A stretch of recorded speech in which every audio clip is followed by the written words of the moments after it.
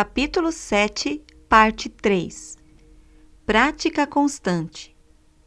Quando era adolescente, li um livro a respeito de Andraé Crouch, um músico evangélico popular na época. O pai de Andraé, pregador, orou pelas mãos do filho de 20 anos, pois a igreja necessitava de um pianista, e Deus respondeu sua oração. Andraé não apenas tornou-se o pianista da igreja, mas também foi um instrumento para abençoar milhares de pessoas com sua música e canções poderosas. Bem, isso definitivamente me inspirou. Querido Jesus, orei na tarde seguinte quando me sentei ao piano. Tu sabes que não sou muito boa no piano. Farias por mim o que fizeste por Andraé? Esperei, porém nada aconteceu. Em vez disso, a palavra do Senhor veio a mim dizendo: bem, para ser honesta, não ouvi de fato a voz audível de Deus, nunca ouvi. Mas naquele momento foi como se eu a ouvisse. Em algum lugar, na região do lado direito de meu coração, a voz do Senhor veio até mim dizendo: pratique, Joana, pratique. Pratique. Tenho uma ideia do que Deus quer sussurrar aos nossos corações quando pedimos a melhor parte. Você tem que investir tempo, querida. Você precisa fazer um pouco todos os dias. Se quisermos ser cristãs realizadoras e quisermos conhecer a Deus em toda a sua plenitude, é essencial buscar a Jesus de forma regular, diariamente. Aprendi com minha vida que se eu quiser desenvolver constantemente um momento a sós com Deus, devo separar uma parte do meu dia para Ele. Depois, preciso conservar bem esse momento, até mesmo inserindo-o na minha agenda do dia. Pois se eu não for cuidadosa, a melhor parte pode ser empurrada para muito longe da borda do prato e acabar no chão, em vez de alimentar a minha alma. De fato, não importa o momento do dia escolhido por mim. Pessoas fiéis ao longo dos séculos tiveram sucesso com uma variedade de momentos. Daniel, por exemplo, orava 3 vezes por dia, pela manhã, à tarde e à noite. Daniel capítulo 6, versículo 10. Davi devia ser uma pessoa matutina, de acordo com os Salmos capítulo 5, versículo 3. Pela manhã ouvirás a minha voz, ó Senhor. Pela manhã me apresentarei a ti e vigiarei. Jesus também gostava da manhã, conforme Marcos capítulo 1, versículo 35. E levantando-se de manhã muito cedo, estava ainda escuro, saiu e foi para um lugar deserto, e ali orava. Eu oscilei entre a manhã e a noite, mas finalmente estabeleci a manhã. Não apenas porque para mim é mais fácil encontrar um momento sem interrupções pela manhã, como também uma forma maravilhosa de começar o dia. Mas, novamente, não importa a hora que escolho para me encontrar com Deus todos os dias. O que realmente importa é que eu me apresente com regularidade, e para ser honesta, é aí que eu sempre falho. Por causa do meu temperamento tudo ou nada, perder um dia ou 2 de devocional era o suficiente para eu sair dos trilhos por dias, até mesmo por semanas. Longe dos olhos, transformou-se em longe do coração. Fico constrangida em admitir que passei meses inteiros sem um momento de sentar com a Bíblia na mão, orar e estar a sós com Deus. Mas a constância, afinal, não quer dizer perfeição. Significa simplesmente recusar-se a desistir. E foi isso que me salvou. Assim como Syndrome Baxter recusou-se a ceder à ideia de que não era do tipo espiritual. Então, com uma quantidade enorme de graça e uma vontade inflexível de continuar tentando, fui capaz de voltar aos trilhos dos meus devocionais. E em algum lugar do cotidiano, naquela familiaridade diária que surge quando passamos um tempo juntos, senti que eu ficava mais perto do Senhor, regular e constantemente mais perto, e consequentemente mais cheia com sua presença, mais calma e serena, mais centrada de fato. É surpreendente o que um pequeno tempo fora da agitação da vida pode fazer por você. especialmente quando você passa esse tempo com Jesus. Algumas estratégias criativas. Na faculdade e nos anos que se seguiram, tentei diversas vezes ler a Bíblia de forma sistemática, mas inevitavelmente desistia, em geral próximo a Levíticos e Números. Em algum lugar, entre as leis e as genealogias, eu acabava adormecendo. Depois, perdia as forças, e então estava de volta aos meus velhos hábitos, apressados de mergulhar entre as minhas passagens prediletas, sem aprender nada de novo.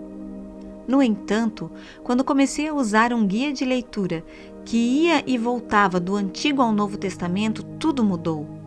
A variedade despertou meu interesse quando comecei a ver Cristo no Antigo Testamento e a perfeição da aliança do sangue no Novo Testamento. Eu mal podia esperar para voltar à leitura da Bíblia todos os dias e ver o que aconteceu na heróica história do plano de Deus para a humanidade. A Bíblia de Estudo NVI, que meu marido me deu de presente de aniversário, animou os meus estudos ainda mais. Amei a linguagem contemporânea da Nova Versão Internacional. E possuir tudo o que eu precisava na ponta dos dedos, uma concordância completa, referências cruzadas e também notas de estudo para me ajudar quando eu não entendesse algo, impediu a interrupção do estudo. Naquelas duas pequenas mudanças, o estudo em vai e vem de vários livros da Bíblia e a leitura de uma versão mais contemporânea, descobri um pouco do poder que a criatividade pode ter em nossos momentos com Deus. É muito fácil aderir aos hábitos e rituais, aqueles que nos são impostos, bem como aqueles que impomos a nós mesmas. Contudo, embora a constância do hábito e a beleza do ritual possam nos capacitar e enriquecer, também podem nos conduzir ao aborrecimento. Mais 3 capítulos. Bocejamos. Depois eu posso dormir. E embora o aborrecimento da rotina não seja de fato uma desculpa para abandonarmos nossos momentos devocionais, na realidade é mais fácil persistir quando somos estimuladas pelo interesse e pela vontade. Em outras palavras, há mais de uma forma de ter prazer nos momentos a sós com Deus. Há muitas maneiras de começar a estudar as Escrituras. Há vários modos de interceder e orar. A verdade é que se não aprendermos a alimentar nossa alma, ela vai definhar e morrer lentamente. E isso pode requerer um pouco de variedade em nossa dieta espiritual, um pouco de criatividade no modo como começamos nossos momentos devocionais. Devocionais criativos. Se você já se pegou bocejando durante os devocionais ou está ansiosa por uma mudança, talvez queira levar em consideração as seguintes sugestões para uma intimidade criativa com Deus. Convide o Senhor para um café. Procure um lugar tranquilo no restaurante ou até mesmo em uma lanchonete e encontre-se com Deus. Leve sua Bíblia e uma caderneta para anotações. Pegue uma xícara de café e você estará pronta para uma conversa sincera com seu melhor amigo. 2. Acrescente um clássico espiritual à sua dieta. Embora nada possa substituir a palavra de Deus, livros cristãos podem ser um delicioso e enriquecedor prato coadjuvante. 3. Exercite a sua fé. Caminhe com Deus. Louve-o pelas obras de suas mãos. Ouça a Bíblia ou um sermão em fita. Ore. Seu corpo e espírito vão gostar do exercício. 4. Tome nota de sua jornada. Mantenha um diário para assuntos espirituais.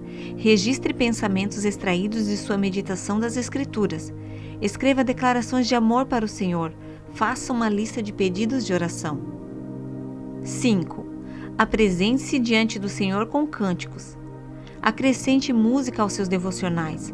Use uma fita de louvor ou cante uma canção. Leia um hino em voz alta. 6. Permita que a fé venha pelo ouvir. Encomende fitas de seus pregadores favoritos ou programe os momentos de oração perto do rádio. 7. Cave mais fundo. Um bom estudo bíblico vai incrementar sua leitura da palavra. Ele a ajudará a demarcar corretamente a palavra da verdade e aplicá-la. Leia outras versões da Bíblia.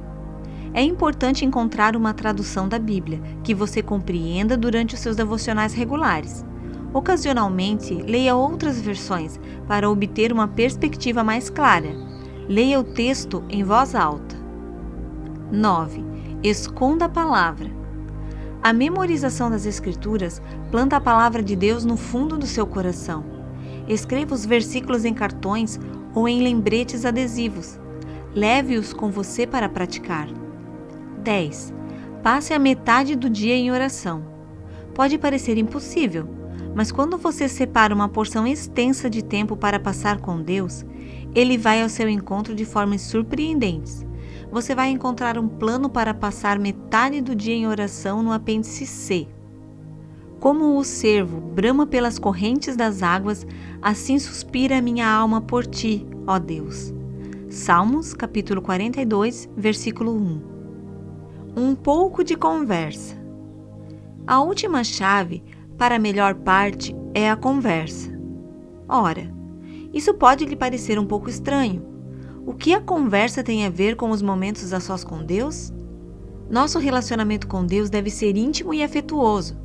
Que tipo de relacionamento consegue prosperar sem diálogo? Uma comunicação boa, honesta e recíproca? Nós precisamos dela no casamento e também em nossa jornada com Deus. Alguns anos atrás, olhei para o meu relacionamento com Deus e percebi que o meu estilo de comunicação durante o devocional envolvia uma série de monólogos e pouco diálogo. Eu lia sobre o que Deus pensava. Em seguida, passava alguns minutos dizendo a Deus o que eu pensava.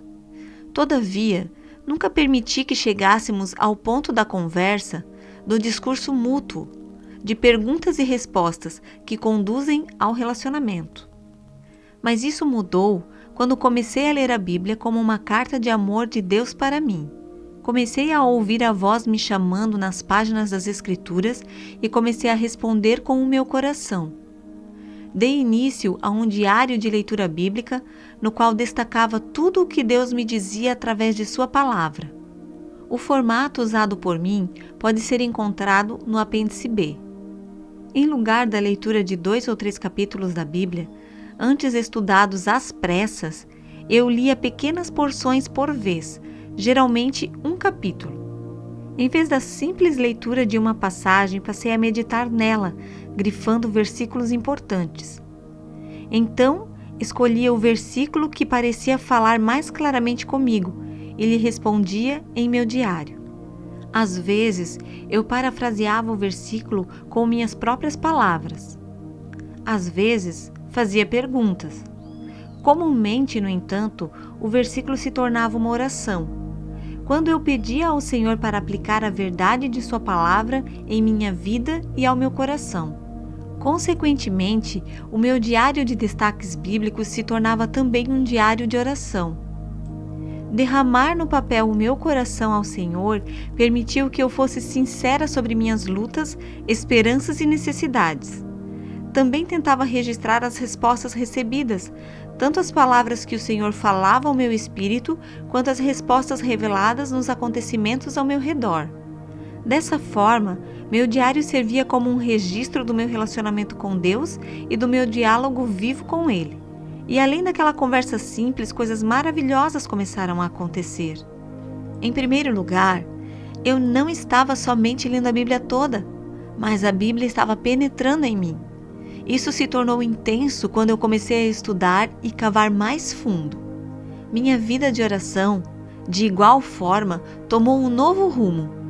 Eu não estava mais apresentando a Deus minha lista de desejos e algumas sugestões para Ele agir conforme a minha vontade. Estava conversando com Ele, falando e ouvindo. Eu não era mais como o homem descrito em Tiago, capítulo 1, versículos 23 e 24.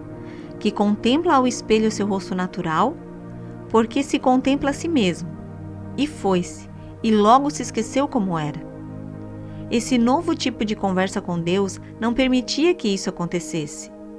O registro escrito delineava uma figura bem detalhada da minha condição, uma figura difícil de ignorar.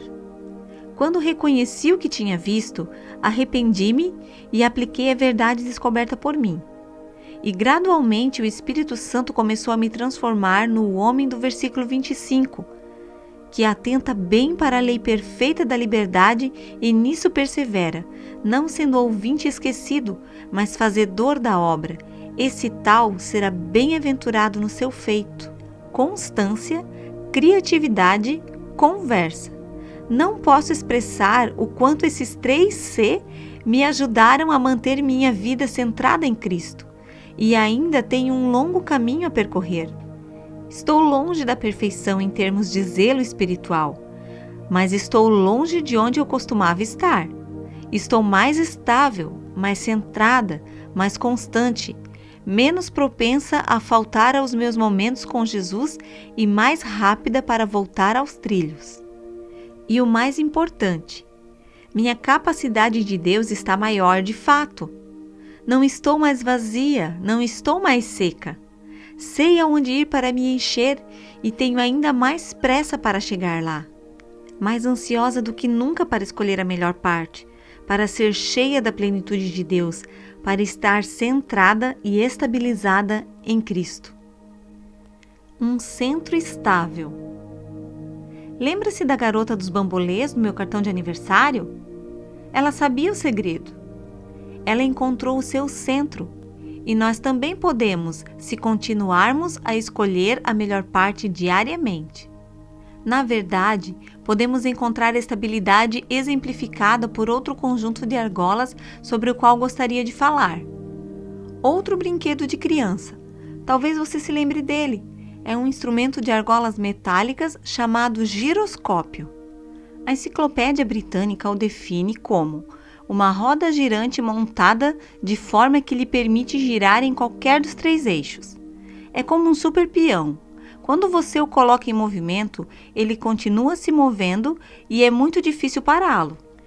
De fato, quando você tenta derrubá-lo, ele resiste firmemente em uma posição original e continua a girar na mesma direção. Quando eu era um garotinho, os giroscópios me fascinavam, recorda Howard E. Butt Jr. em Renewing America's Soul, Renovando a Alma da América. Para mim, o giroscópio parecia um círculo dançante, girando livremente, perfeitamente equilibrado e constante, e aprumado por alguma força secreta misteriosa. Mais tarde, no início da vida adulta, Howard aprendeu que giroscópios são mais do que um brinquedo girante científico. Eles têm diversas utilizações práticas também. Estabilizam nossos aviões na turbulência, dão equilíbrio a nossas embarcações nos mares bravios e os guia, de modo automático, através de suas bússolas. Que descrição da vida que devemos ter em Cristo! Quando entregamos nossas argolas ao Senhor Jesus e nos centramos nele, algo maravilhoso acontece. Ele pega aquelas argolas e as faz girar. O Senhor transforma os círculos de nossas vidas caóticas em um giroscópio constante, estável, montado e sustentado apenas pelo Senhor. Ele nos dá estabilidade na turbulência da vida. Ele nos dá firmeza no meio do mar bravio e nos guia pela bússola do seu amor eterno. Quando participamos da melhor parte, Jesus se torna o balanço regular em nossa vida de movimento constante. O garotinho dentro de mim ainda diz: "Isso parece divertido", escreve Howard a respeito do giroscópio e da aplicação fascinante da vida centrada em Cristo. E o adulto surpreso dentro de mim, olhando ao redor, sussurra: "Não vamos mais precisar do giroscópio". Eu concordo. Naqueles dias malucos, agitados, quando não me sinto tão bamboleante, estou aprendendo a buscar ao Senhor em vez dos sedativos de chocolate.